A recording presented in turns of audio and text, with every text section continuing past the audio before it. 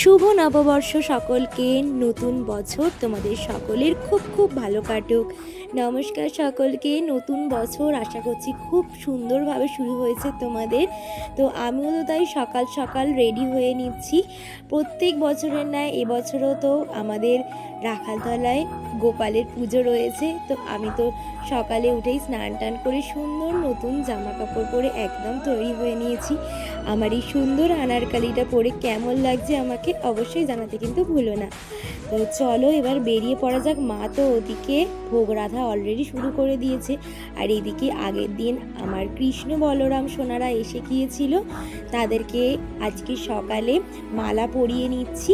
একটু পরেই বাবা দাদাভাই এসে ওদেরকে নিয়ে যাবে।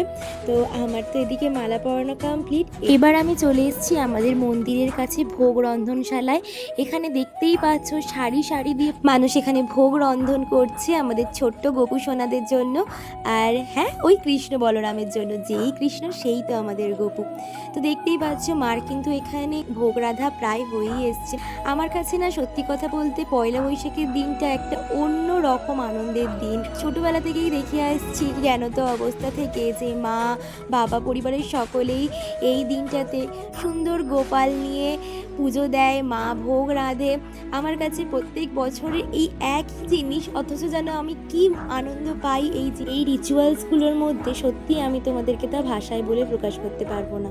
সত্যি কথা বলতে দুর্গাপুজোতেও ঠিক যতটা আনন্দ করি, পয়লা বৈশাখও আমার কাছে ঠিক ততটাই আনন্দের। সারাটা বছর অপেক্ষা করে থাকি কবে পয়লা বৈশাখ আসবে আর সকাল সকাল উঠে মা ভোগ রাঁধবে এবং গোপালদেরকে আমরা মন্দিরে বসাবো, তাদেরকে ভোগ চড়াবো এবং মনের মতো করে সাজিয়ে তুলবো।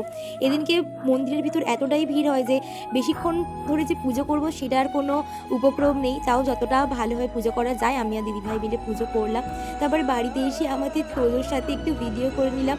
ওকে ভেবেছিলাম ওদিনকেই একটা নতুন জামা পরাবো, কিন্তু মন্দির থেকে ফিরেই এত কাজবাজ পড়ে গিয়েছিল, ওকে আর সাজুগুজি করে যে একটু বাইরে ঘুরতে নিয়ে যাবো সেটার আর সময় হয়নি। বাড়ি ফিরেই মা এদিকে সকলকে ভোগ দেওয়ার জন্য বাটিতে বাটিতে সমস্ত ভোগ সাজিয়ে দিয়েছে। আমিও চললাম পরিবারের সকলকে ভোগ বিতরণ করতে। ভিডিওটা কেমন লাগলো অবশ্যই জানিও। বাই।